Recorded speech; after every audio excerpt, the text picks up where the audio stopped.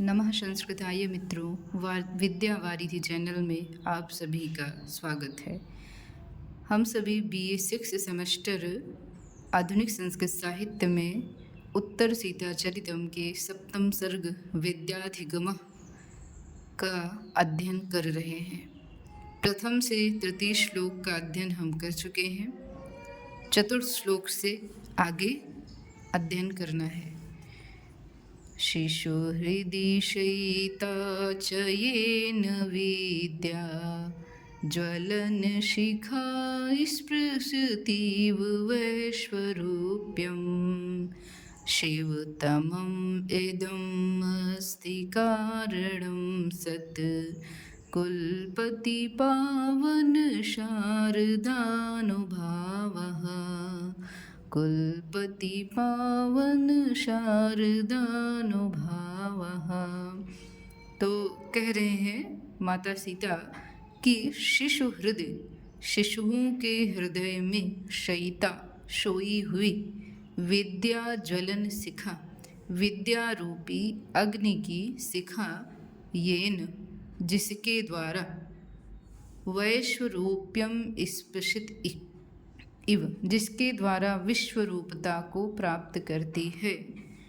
इदम शिवतमम कारणम अस्ति, इसमें सबसे अधिक सर्वाधिक कल्याणकारी कारण है सतकुलपति, अच्छे कुलपति की पावन शारदानुभाव, अच्छे कुलपति की पवित्र विद्या का अनुभाव, प्रभाव। और इन्होंने कहा है कि विश्वविद्यालय जो आज हमारे समक्ष स्थापित है, जिसको हम विश्वविद्यालय कहते हैं, इन्होंने इस श्लोक में विश्वविद्यालय के स्वरूप का वर्णन किया है और इसीलिए कहा है कि ऐसी विद्या जो विश्वरूपता को प्राप्त होती है, उसमें सर्वाधिक पवित्र विद्या का प्रभाव है। किसकी पवित्र विद्या का? तो कह रहे हैं सतकुलपति, अच्छे कुलपति की पवित्र विद्या का प्रभाव ही है कि शिशुओं के हृदय में सोई हुई विद्या रूपी अग्नि की शिखा विश्वरूपता को प्राप्त करती है। आगे बता रहे हैं,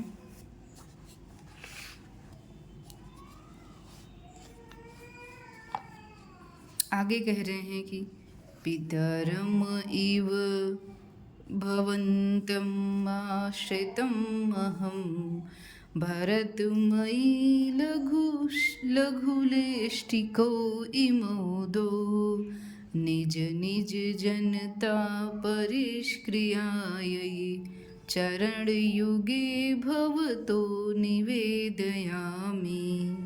कह रही हैं सीता जी कि भवन्तम आश्रितम अहम पितरम इव, भवन्तम पितरम, हे वाल्मीकि जी से कह रही हैं कि पितरम इव, पिता के समान, भवन्तम आपके, आश्रितः आपके आश्रय में रह रही, अहम मैं, अहम मैं से तात्पर्य सीता से है। सीता जी वाल्मीकि जी से कह रही हैं कि पिता के समान आपके आश्रय में रह रही मैं भारत मही, मही कहते हैं धरती को, इस भारत भूमि के लघु लेष्टुकौ इमौ द्वौ, भारत भूमि के इमौ इन दो, दो लघु छोटे, लेष्टुक कहते हैं कंकड़ को, इन दोनों छोटे से कंकड़ों को अर्थात लव और कुश को निज और निज जनता, स्वयं के लिए और स्वयं की जनता के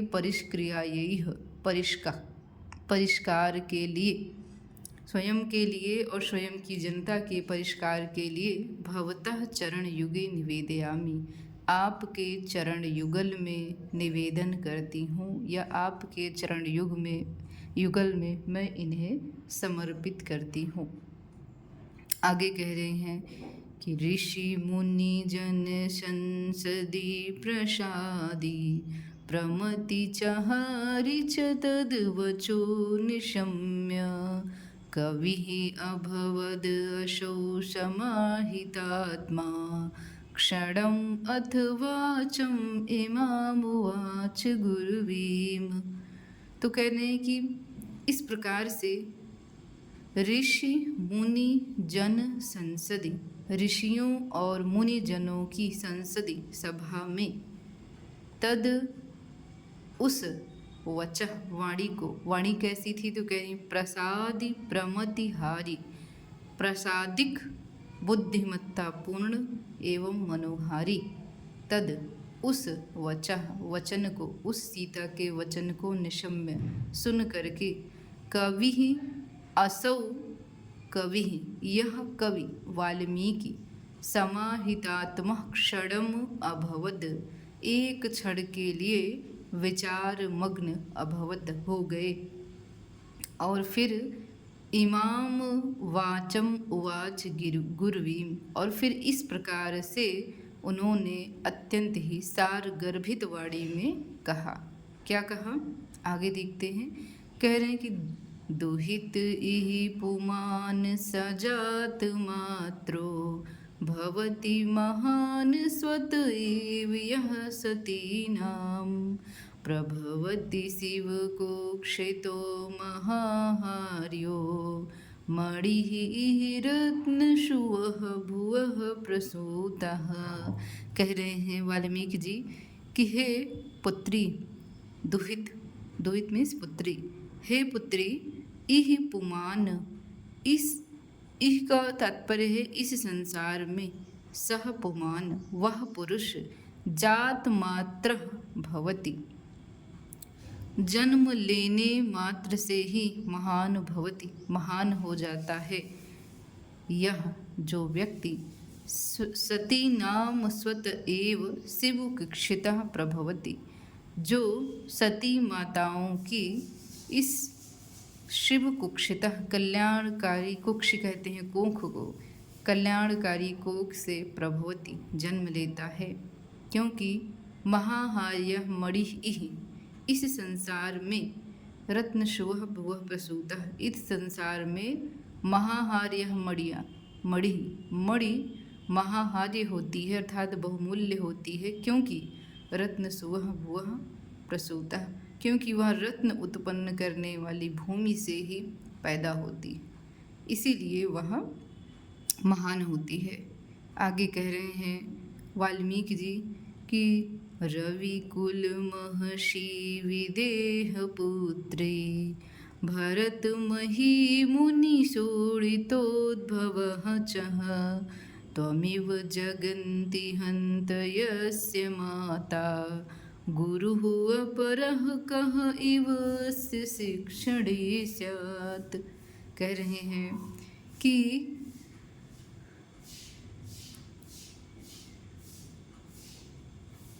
रवि कुल महर्षि, रवि कहते हैं सूर्य को, तो सूर्य वंश में या सूर्य वंश की महर्षि राजरानी, महारानी, सूर्य वंश की महारानी, विदेह पुत्री, विदेह राज जनक की पुत्री, भरत मही मुनि शोणितोद्भवः च, और इस भारत भूमि के मुनियों के रक्त से उत्पन्न, त्वमिव जगन्ति हन्त, त्वमिव तुम्हारे समान, जगति मीन्स इस संसार में, तुम्हारे समान यस्य माता, जिसकी माता हो, तो अपरः गुरुः कः इव अस्य शिक्षणे स्यात्, तो फिर इनकी शिक्षा के लिए अन्य गुरु की क्या आवश्यकता है, अन्य गुरु की क्या अपेक्षा है। तो ये कह रहे हैं वाल्मीकि जी कि हे सीते, जो स्वयं ही सूर्यवंश की महारानी हो, विदेह राज जनक की पुत्री हो, और जो भारत भूमि के पवित्र मुनियों के पवित्र रक्त से उत्पन्न हुई हो, ऐसी उस तुम्हारे समान जिसकी माँ हो, तो उसके लिए, उनके बच्चों की शिक्षा के लिए किसी अन्य गुरु की क्या ही आवश्यकता हो सकती है। आगे कह रहे हैं कि गुरुः अपि खलु पुण्यभाक् सभूम्ना, शिशव इमे ननु यत् कुले विनेयाः, अनल इहि महान् समन्त्रपूतं, वहति यतो हवियोषधिं महिष्ठम। कह रहे हैं कि या तो फिर गुरु अपि खलु पुण्य भाग, वह गुरु भी अत्यंत ही अत्यंत ही पुण्यशाली होगा, भाग्यशाली होगा। सह यत कुले, जिसके कुल में अर्थात जिसके आश्रम में, इमे शिशवे, ऐसे शिशु, विनया, शिक्षा के लिए आए, ऐसे शिशु शिक्षा के लिए आए।